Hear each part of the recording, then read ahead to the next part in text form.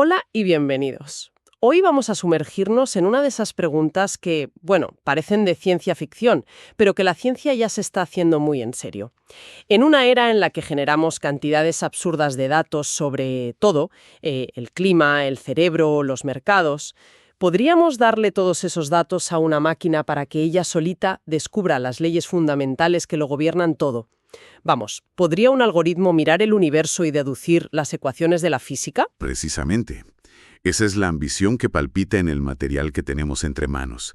Se trata de un artículo científico que presenta una red neuronal de aprendizaje profundo con un nombre bastante técnico, PDE-Net, pero su objetivo es de una elegancia brutal, porque no se conforma con predecir qué va a pasar en un sistema, sino que busca ser de detective y desvelar la ecuación en derivadas parciales, la EDP, que es como la partitura oculta que dirige esa sinfonía de datos. O sea, que la misión que nos hemos propuesto hoy es, bueno, meterle el bisturí a este concepto, ¿no? Queremos entender no solo cómo funciona, sino cómo esta inteligencia artificial está, en cierto modo, imitando el proceso de descubrimiento científico que nos ha llevado siglos. Veremos por qué su enfoque es tan diferente a lo que había antes y, sobre todo, qué puerta abre esto para el futuro. Para empezar, creo que es importante entender la magnitud del problema. A ver, para muchas cosas ya tenemos las ecuaciones. Conocemos las de Maxwell para el electromagnetismo, las de Navier-Stokes para los fluidos. Son, vamos, los grandes éxitos de la física. Pero cuando nos asomamos a sistemas salvajemente complejos como las redes neuronales de un cerebro, la turbulencia de los mercados financieros o la dinámica del clima a escala planetaria, la verdad es que vamos un poco a ciegas. Conocemos algunas reglas, pero no tenemos el manual de instrucciones completo. Has dado en el clavo. El reto es hacer una especie de ingeniería inversa de la naturaleza. Y no es nada fácil.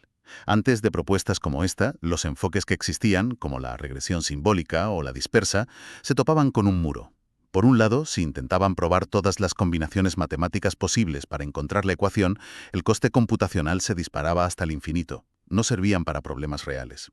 Por otro lado, la alternativa era que el científico le diera una pista a la máquina. ¿Una pista? ¿A qué te refieres con una pista? A que el investigador tenía que suponer de antemano la forma de la ecuación. Por ejemplo, decir, creo que la solución debe ser una combinación de estas 5 operaciones matemáticas. Búscame tú los coeficientes. Pero, claro, eso es hacer trampa, en cierto modo. Limita por completo la posibilidad de descubrir algo genuinamente nuevo.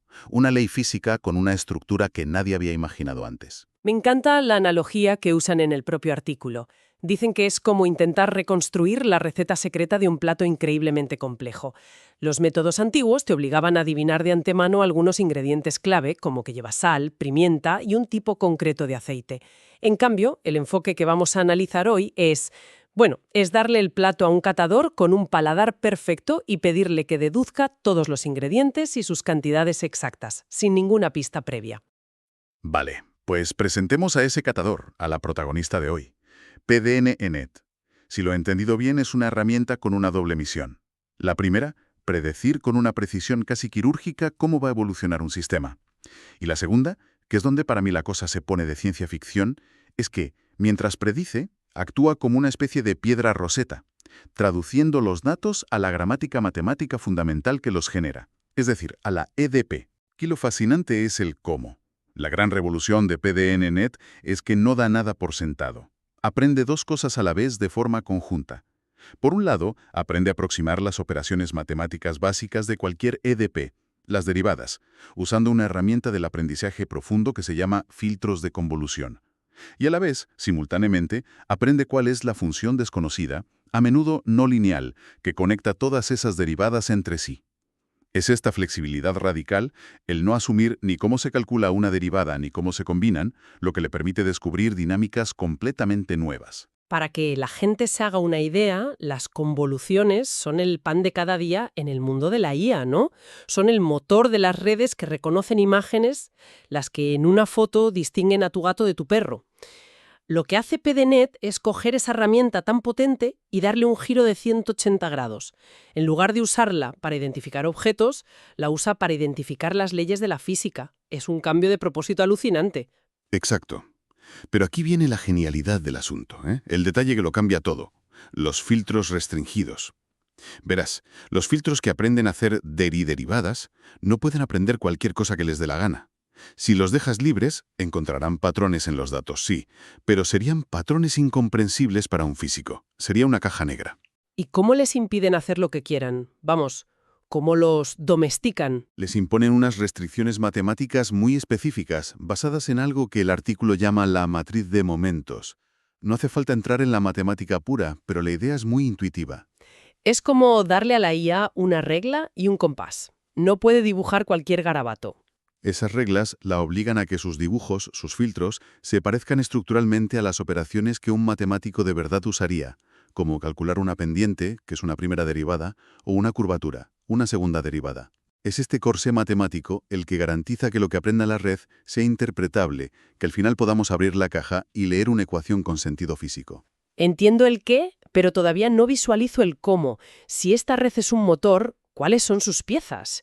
¿Cómo está construida por dentro para lograr esta hazaña de dar pasitos en el tiempo? Pues si miramos bajo el capó, su pieza fundamental, su ladrillo, es algo que los autores llaman el bloque delta T. El nombre suena técnico, pero la idea es muy sencilla. Cada uno de estos bloques está diseñado para hacer una sola cosa: predecir cómo será el sistema un instante minúsculo, un delta de tiempo, en el futuro. ¿Y qué ocurre dentro de ese bloque? Siguiendo el esquema del artículo, el proceso es muy lógico. Primero, el bloque recibe el estado actual del sistema, una foto de la hora, que llamamos U.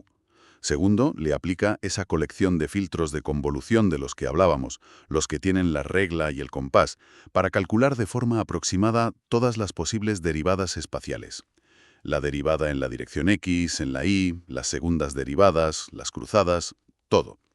Tercero, coge todos esos valores y los mete en otra red neuronal más pequeña, que es la que ha aprendido la función f, la parte de la receta que era un misterio. Y el resultado final de esa operación es U, la predicción de la foto del sistema un instante después. Vale, un instante. Pero la vida no ocurre en instantes aislados, es un continuo. Predecir el siguiente milisegundo está bien, pero, vamos, no te sirve para predecir el tiempo de mañana. Exactamente. Y aquí es donde la arquitectura se vuelve realmente inteligente. Lo que hacen es apilar estos bloques uno detrás de otro como si fueran los vagones de un tren.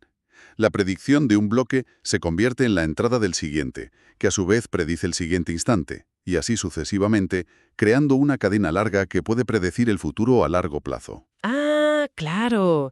Así que no le enseñan a la red a dar un paso perfecto, le enseñan a correr una maratón sin caerse. Cada bloque tiene que pensar no solo en el siguiente instante, sino en no fastidiar al bloque que vendrá 10 pasos más adelante. Es una forma de forzarla a encontrar la solución verdaderamente estable, la ley física real, y no un simple truco cortoplacista. No. Has captado la esencia perfectamente. La razón para apilar los bloques es la estabilidad a largo plazo. En sistemas dinámicos complejos, cualquier error minúsculo, por insignificante que parezca, se amplifica con el tiempo. Es el famoso efecto mariposa. Un solo bloque, aunque fuera muy preciso, acumularía errores y en poco tiempo su predicción sería un caos sin valor.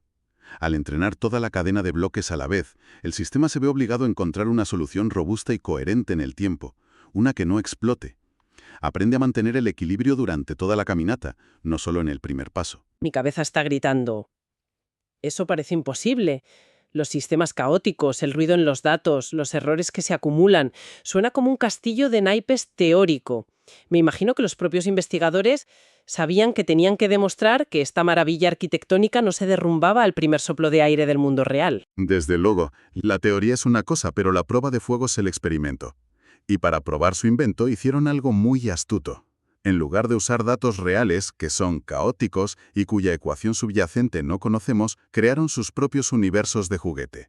Cogieron una ecuación bien conocida de la física, una de convección-difusión, y la usaron para generar datos simulados. Luego, para hacerlo más realista, le añadieron ruido, simulando las imperfecciones de los sensores del mundo real. Y el desafío para PDNet fue: aquí tienes los datos, están sucios, y no te digo nada más. ¿Eres capaz de descubrir la ecuación con la que los he creado? El test definitivo. ¿Y qué pasó? ¿Funcionó? La Frozen PDNet, donde los filtros de las derivadas estaban fijos, usando métodos clásicos. PDNet, al aprender los filtros, las operó por goleada. Eso demostró que la clave del éxito era precisamente aprender la forma óptima de calcular las derivadas a partir de los datos. O sea que dejar que la red aprenda los operadores es mejor que usar los que ya conocemos. Eso ya es un resultado potente. ¿Qué más vieron? El segundo punto es la importancia de la arquitectura, lo que hablábamos de la maratón. Comprobaron que cuantos más bloques te apilaban, es decir, cuanto más profunda era la red, más estable era la predicción y más lejos llegaban el tiempo sin descarrilar. También vieron que usar filtros más grandes, de 7×7 en lugar de 5×5, mejoraba drásticamente la estabilidad. Esto tiene sentido. Un filtro más grande ve una porción mayor del sistema y puede capturar relaciones espaciales más complejas y sutiles. Predice bien y la arquitectura profunda es clave. Pero, ¿y la misión principal? ¿Descubrió la ecuación secreta? Esa es la joya de la corona. La respuesta es sí. La red no solo predijo de maravilla, sino que cuando los investigadores abrieron la caja y miraron los coeficientes que había aprendido para cada posible término de la ecuación, los resultados eran clarísimos. La figura 6 del artículo lo muestra a la perfección. Los términos que en la ecuación real tenían un valor determinado, la red los aprendió con una precisión asombrosa. Y los términos que en la ecuación real eran cero, como una derivada cruzada que no existía en esa dinámica, la red aprendió a darles un valor prácticamente nulo. Es decir, podó de forma autónoma las partes de la matemática que no eran necesarias. Descubrió la receta exacta. Un momento, me he perdido con una cosa que has comentado antes y que ahora me parece crucial. Hicieron un experimento con una versión liberada de la red, sin esas restricciones de la regla y el compás, y has dicho que a veces predecía incluso un poco mejor. Como ingeniera, mi instinto sería usar la que mejor funciona. ¿Por qué sacrificarías precisión por algo tan abstracto como la interpretabilidad? ¿No es el resultado lo que importa? Esa es la pregunta clave y la que separa la ingeniería de la ciencia fundamental. Si tu único objetivo es construir un sistema que prediga el tiempo de mañana con la máxima precisión posible, entonces sí, usa la caja negra más precisa que encuentres, no importa si no entiendes cómo funciona. Pero si tu objetivo es entender el clima, si quieres descubrir una nueva ley de la termodinámica que mejore todos los modelos futuros, entonces necesitas poder abrir la caja y leer la ecuación. La FreeDPDN-Net, esa versión liberada, predecía bien, pero sus filtros eran un galimatías indescifrable. Era inútil para la ciencia. Lo que demuestra este experimento de forma contundente es que esas restricciones no son un capricho, son el alma del invento. Son lo que convierte un predictor muy bueno en una máquina de descubrimiento científico. Entendido. Es la diferencia entre tener un oráculo que siempre acierta y tener el libro que explica cómo funciona el universo. Y para rematar, creo que mencionan un segundo experimento, ¿no? Para asegurarse de que no era una casualidad. Así es. Para demostrar que no era un one-trick pony, como dicen los ingleses, la probaron con una ecuación más difícil, una que incluía un término no lineal bastante complejo con una función sinusoidal. El resultado fue el mismo. PDNet volvió a tener éxito, identificando correctamente tanto los términos de difusión como la forma exacta de esa función sinusoidal que era completamente desconocida para la red al principio. Llegados a este punto, creo que podemos empezar a sacar conclusiones.